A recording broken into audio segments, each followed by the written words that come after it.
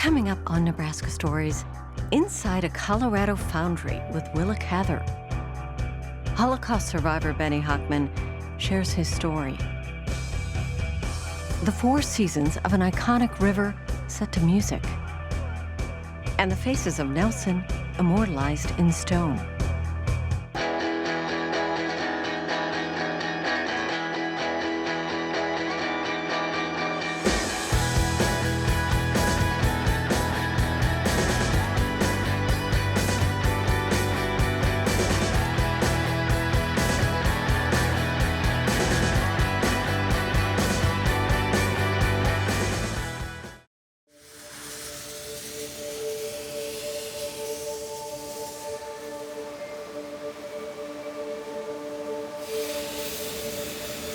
A foundry is a place where imagination comes to life.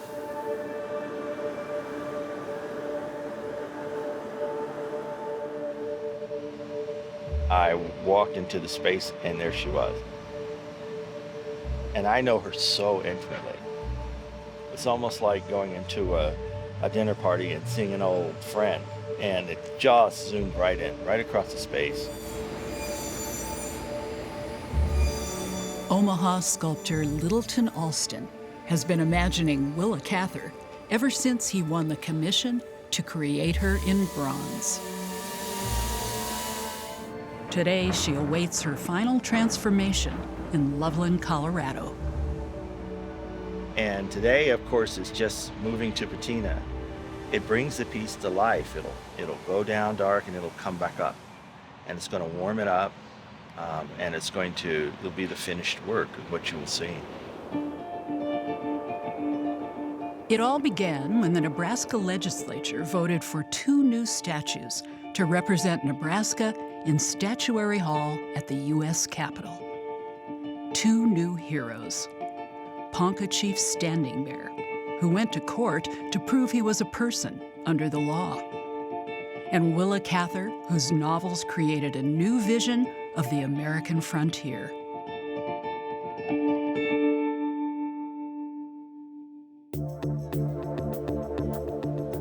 Littleton Alston's bronze creations are all over Omaha and beyond.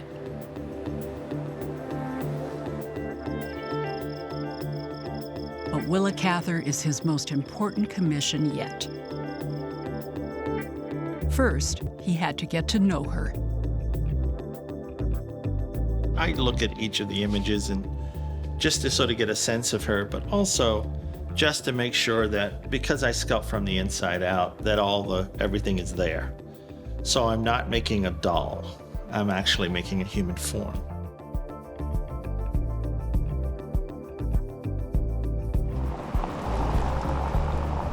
In May of 2019, at the Willa Cather Symposium in Red Cloud, Nebraska, Alston shared his first concept in the form of a clay maquette. I look at the maquette as a poem, and then I look at the 4-foot version as a short story. And then the 7-foot, which will be in bronze of Willa in Statuary Hall, will be the novel.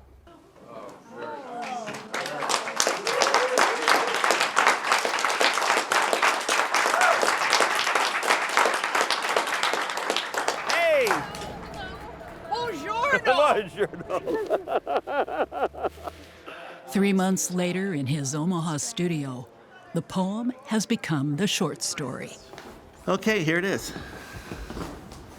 As Alston reveals the 4-foot clay model to the Willa Cather National Statuary Hall Selection Committee. I put in around her the memories of Nebraska, so there's the wagon wheel and the arc of the wheel here as well as here, and then the cane coming up with her pen and her writings. So she's striding forward into history as a great writer.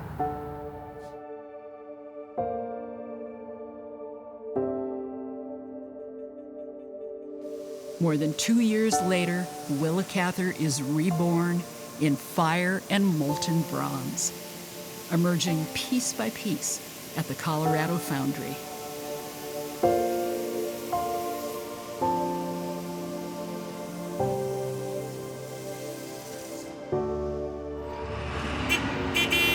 now she's 7 feet tall and made of raw metal. But she's about to experience a storm that will prepare her surface for what Littleton calls a metamorphosis.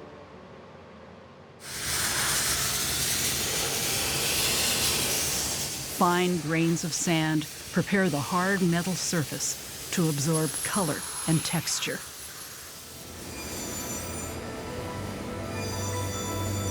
Patina comes next. The application of a chemical compound to the surface of a metal sculpture. First comes the rain. Patina adds almost a sense of soul to the piece. It brings it alive in a way that just the raw metal doesn't look like it. Then, the fire.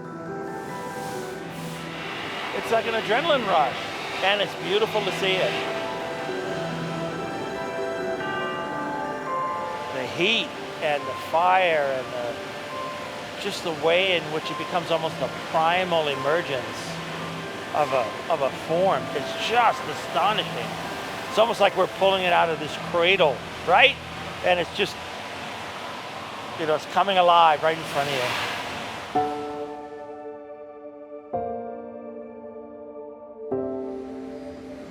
Just lifts my heart to see it. Oh my goodness, it does. Something creative, right? Something beautiful that's gonna go in there. Willa's gonna hold her own.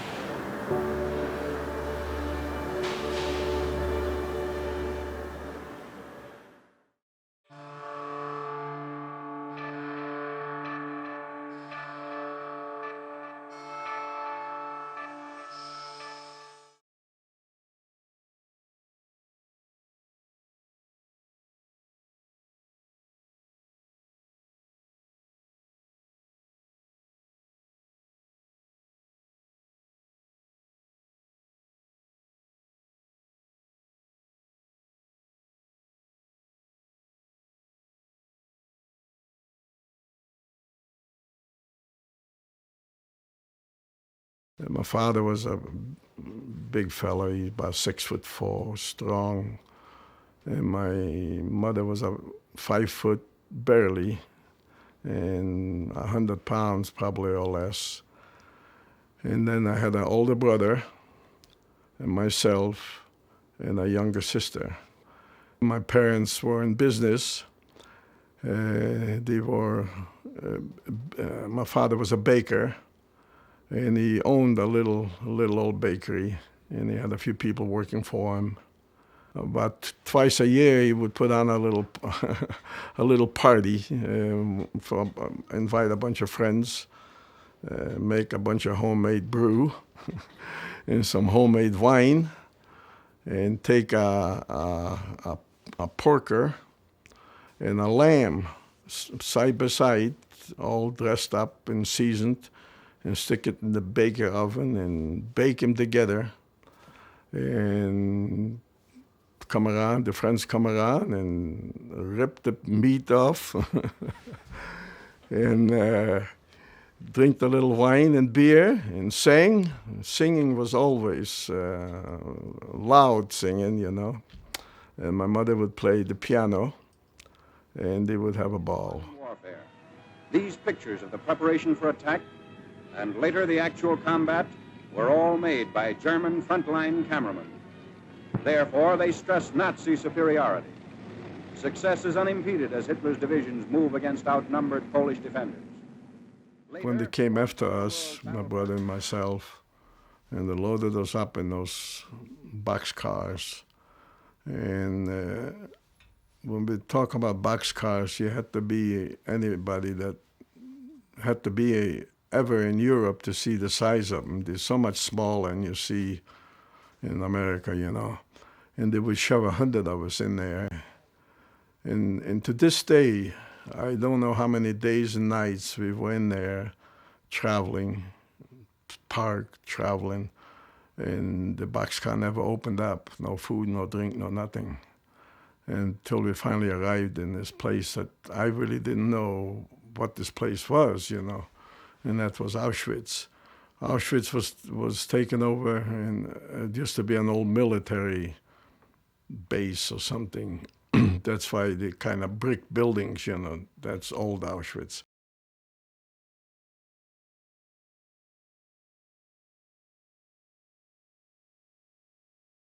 I guess they didn't know what to do with us. They didn't have no room for us or whatever.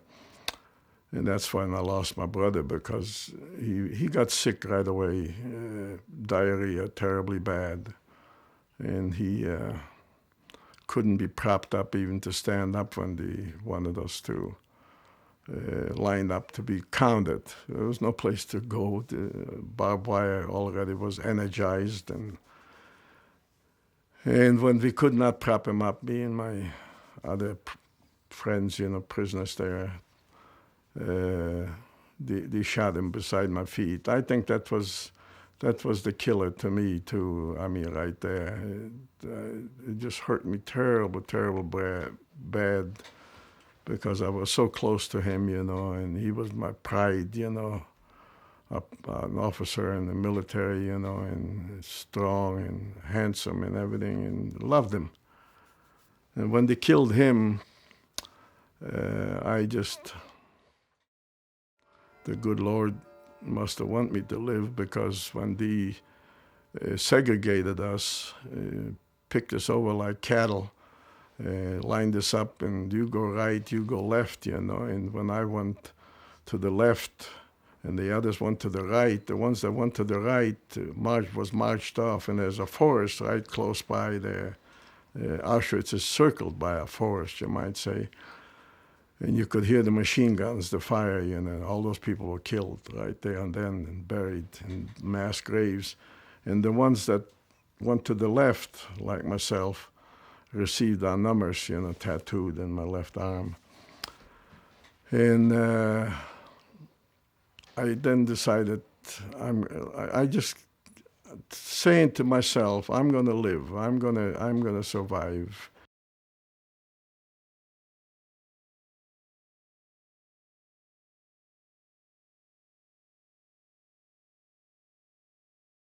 In the beginning, Poland was the first country, to be invaded. So in the beginning was all Polish, practically, in Germans. There were German people there that were or at least that's what they were accused of, being anti-Nazi, anti-Hitler, were brought there. But then, as the war was going fast, then Czechoslovakia, Yugoslavia, Romania, Hungary, just Albania, country after country, then France, Belgium, Holland. And all you needed to do is just listen to the language, the people spoke, and you knew, or you didn't need no newspaper. You knew where they're coming from. It didn't bother me a bit then, but it bothers me so badly now, the lie. A Gestapo officer would get on a little box. There was a little box sitting there, and he would get on there, so it'd be high up. And he'd make a little speech that you have arrived to the labor camp. And the barracks are waiting for you, where you're going to live.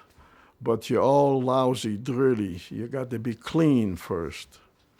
And for the first year or so, they would even have the people undress, naked. Here, total strangers, several hundred people or 1,000 people or whatever from this whole train would be standing naked there. And they would herd them in to the bathhouse. They even, for a while, they even furnished you with a towel and a bar of soap per family.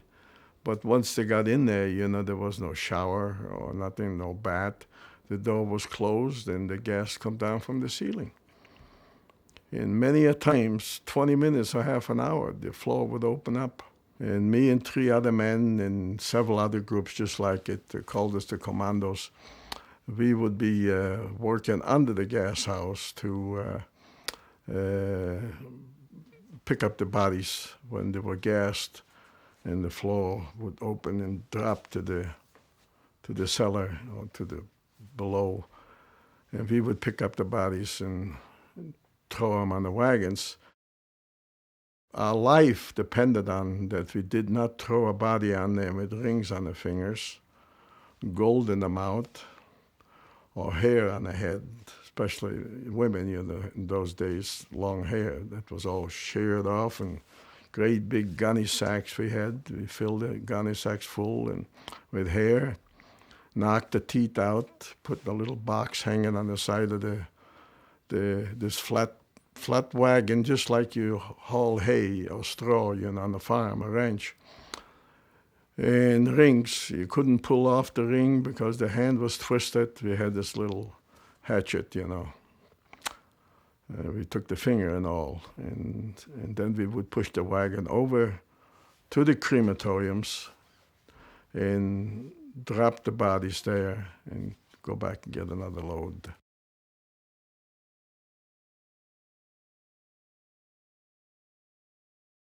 I had a lot of hate in me. I wanted to get even for killing my brother right there beside my feet. His blood running out of him, and I have tough times talking about that. And then while I was in there, after 2 years or so, they brought my father, mother, and little sister there. And I didn't get to see him, but they were also gassed.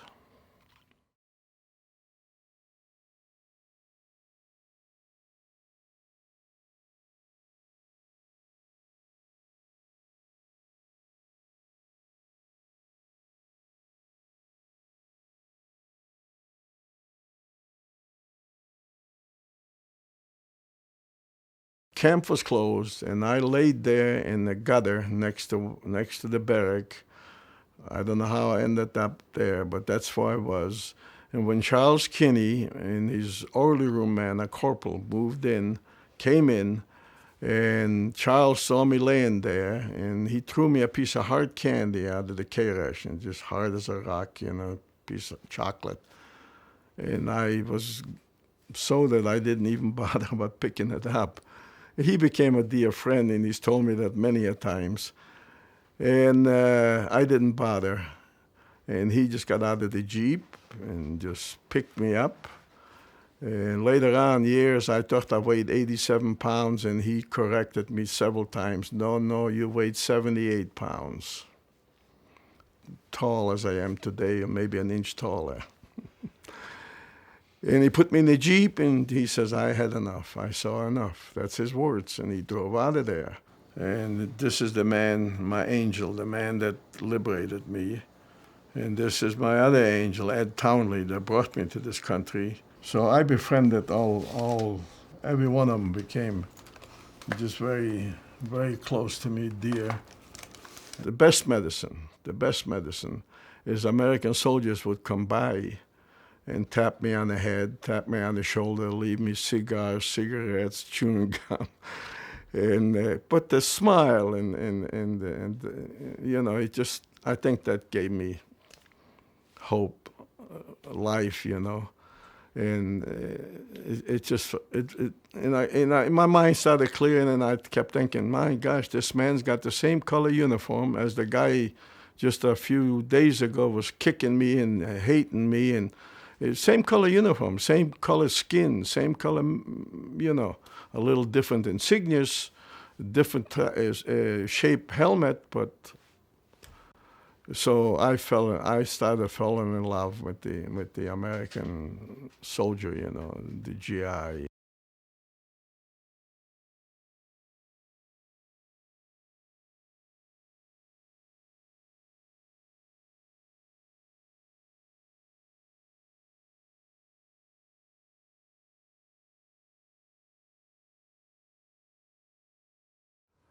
A lot of tears were flowing. I got very emotional because the Townley family just super.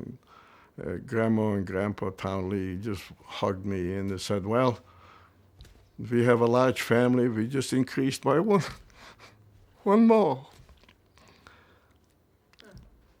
So it was very emotional, and it ended up exactly the way I saw it, because even after my kids were born, that was Grandma and Grandpa, and just, it was wonderful.